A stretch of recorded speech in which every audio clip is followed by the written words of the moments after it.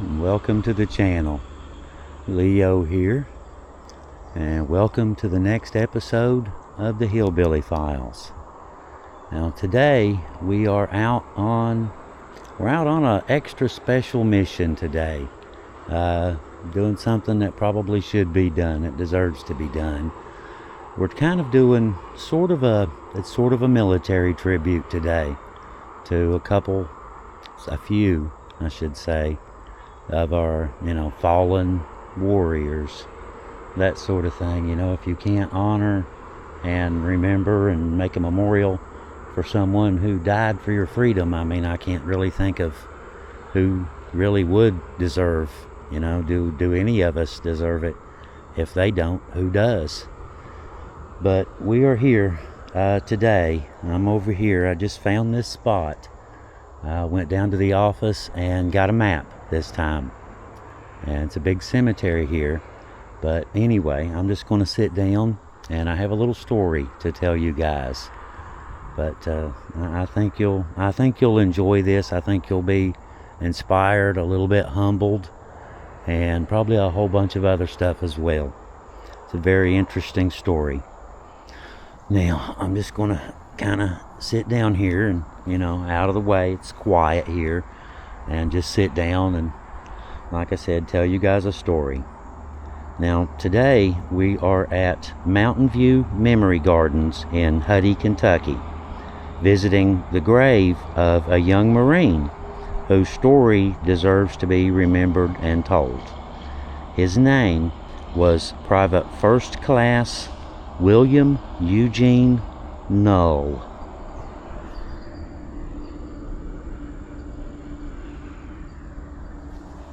And this is his grave.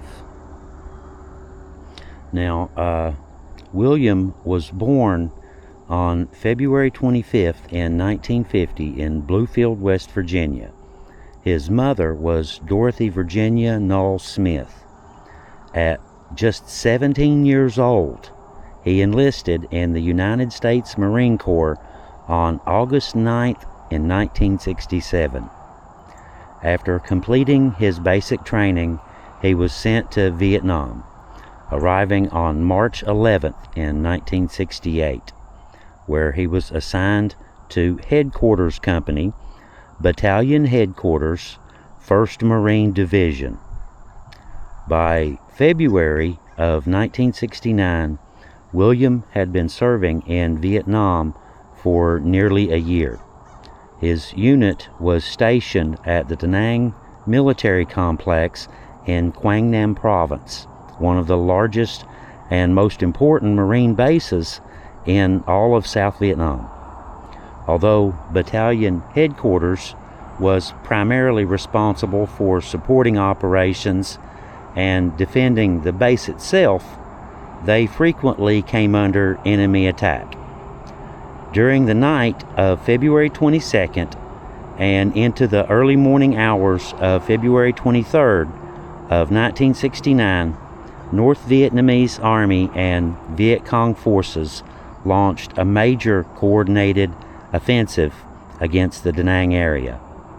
Before daylight, the military complex came under heavy rocket fire as explosions erupted all across the base. Soon afterward, enemy sapper units, which were specially trained commandos whose mission was to infiltrate military installations, basically they attacked the 1st Marine Division headquarters. Marines who normally served in headquarters and support roles suddenly found themselves defending the base and in close combat against enemy soldiers armed with grenades, satchel charges, and automatic weapons. On February 23, 1969, during fierce fighting, William was hit by fragments from a grenade and was killed in action while defending the Da Nang military complex. Official records don't reveal his exact location or the specific circumstances of the explosion, but they do confirm that he was one of the Marines killed during the attack that day. 18 Marines lost their lives defending the 1st Marine Division headquarters as they fought to repel the assault, while more than 75 enemy attackers were killed during the battle. William here was only 18 years old, just 2 days away from celebrating his 19th birthday. For his service and sacrifice, he was awarded the Purple Heart, Combat Action Ribbon, National Defense Service Medal, Vietnam Service Medal, and the Republic of Vietnam Campaign Medal. Today, his name is also engraved on the Vietnam Veterans Memorial in Washington, D.C., ensuring that his sacrifice will never be forgotten. We're here today for another reason as well. Although William has a memorial on Find a Grave, there is currently no photograph of his actual headstone. Our goal today is to obviously take a picture of this grave, pay our respects while we're here, and photograph his marker so that his memorial is complete, and tell all of you his story. It may seem like a small thing to do, but for family members, researchers, veterans, and future generations, seeing the actual resting place of someone who gave his life for this country is important. Every veteran has a story, and every grave deserves to be remembered. We will make sure that it is preserved online, so that anyone searching for him in the future can see where this young Marine was laid to rest, and remember the sacrifice that this young man made at only 18 years old.